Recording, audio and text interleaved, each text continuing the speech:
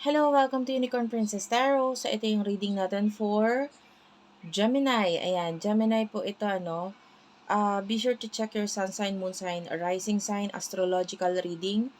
Ang focus natin ngayon, solar eclipse. Actually, meron akong reading na ginawa. Pero ito, medyo magfo-focus tayo sa astrological reading na may kinalaman kay Black Moon Lilith.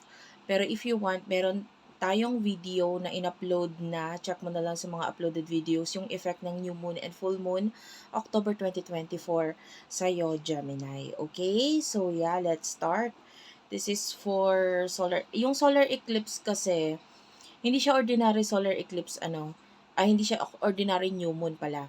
This new moon is solar eclipse, October 3, pero sa ibang parts of the world is October 2. Sa Philippines, October 3. Ayan. And it is happening in the sign of Libra. Ngayon, yung effect nito, pwedeng magtagal siya hanggang April 2024. Okay? So, ano yung pwedeng maging effect sa'yo nito? Gemini. Okay, wait lang guys.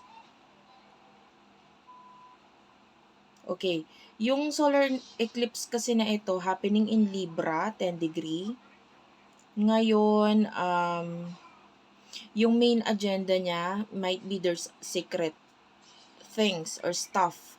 Like maybe secret relationship, secret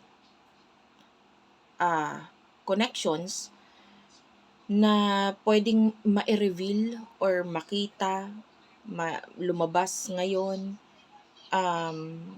Maybe it would end, or yung iba naman pwedeng mag-start, no? Maybe an start of a secret connection relationship, or an ending of a secret connection or relationship. Yung event na ito kasi nagbibigay siya ng lesson sa mga Lilith women, and yeah, for you Gemini, maaaring ang effect nito is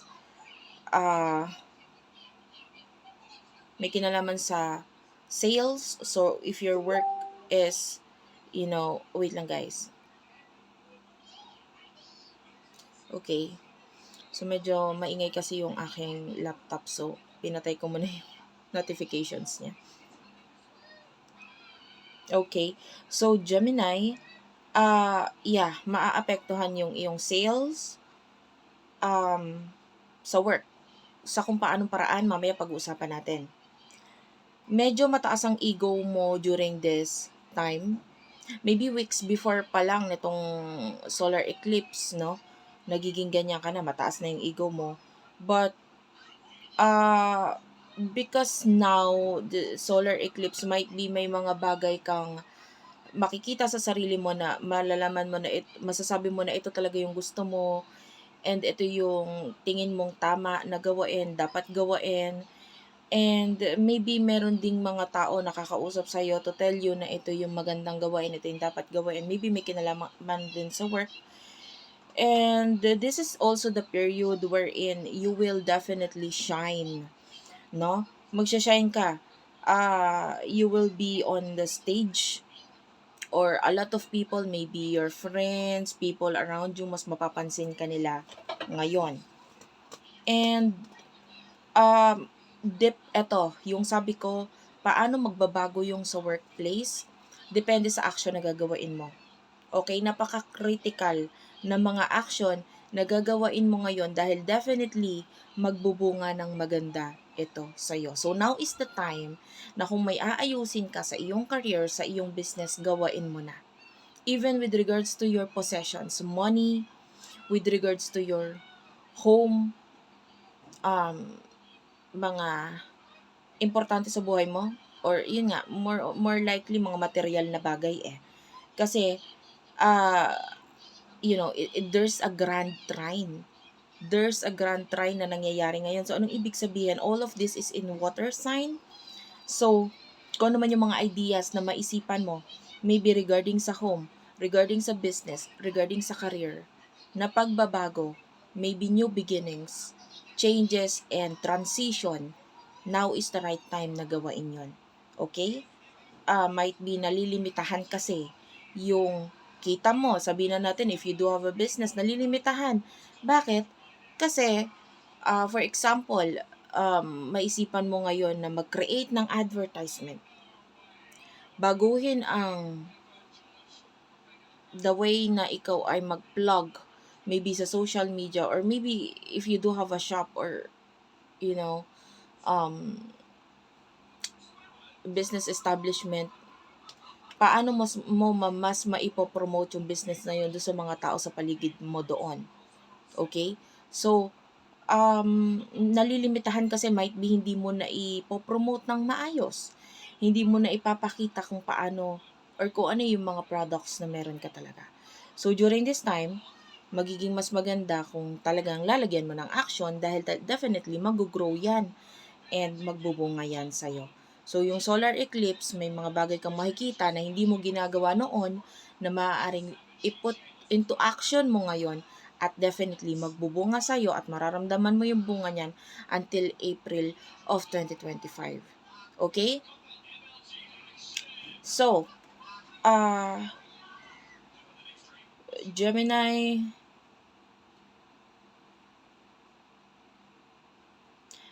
some of you, there's a huge transformation also with regards with your spirituality,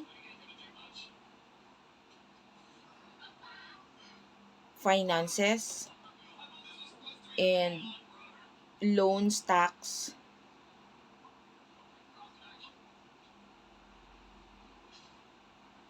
With regards to your reputation, ayan, yung iba magkakaroon ng pagbabago ngayon kung the way yung mga tao, kung paano kanila makita ngayon.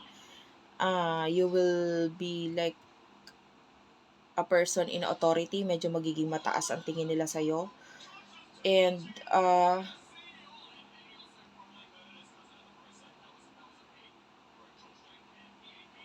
well, pagdating sa friends or people sa iyong community, there's a possibility of may mga bagay kang makikita or mauunawaan sa kanila. Like, maybe you will heal from like problem mo with a friend, like kung may hindi kayo pagkakaunawaan in the past, or maybe a friend na nawala na sa buhay mo, na maybe a past friend, and pwede ngayon may acceptance na kung bakit nawala itong mga taong ito sa buhay mo. Maybe marirealize mo, hindi naman kasi nila akong bibigyan ng growth. And yeah, yung iba naman sa inyo, if you want to, maging mas connected sa iyong mga friends mo ngayon, medyo nagkakaroon tayo ng problem with that. Like, medyo nagiging imposible dahil might be may mga actions ka na kailangan gawain or tapusin with regards to your mother, pwedeng ganon, magulang mo, or maybe with the lover, or if you are in a relationship, in a business partnership, so pwedeng nandito yung attention mo during this time. So, medyo nagkakaroon ng, gustuhin mo man na magbigay ng time sa mga friends mo, maybe now is, especially nga na ang concentration is, with regards to your work, at kung ano yung mga transition at changes na magagawa mo sa iyong career at sa iyong business. So, that's it for now. Thank you for watching, guys. Hopefully na gusto may reading. Mag-comment ka na lang dyan sa baba, guys. Ma-appreciate ko yun. So, mga hindi pa nagsusubscribe, mag-subscribe na kayo. Maraming salamat, guys. I love you all, and bye-bye.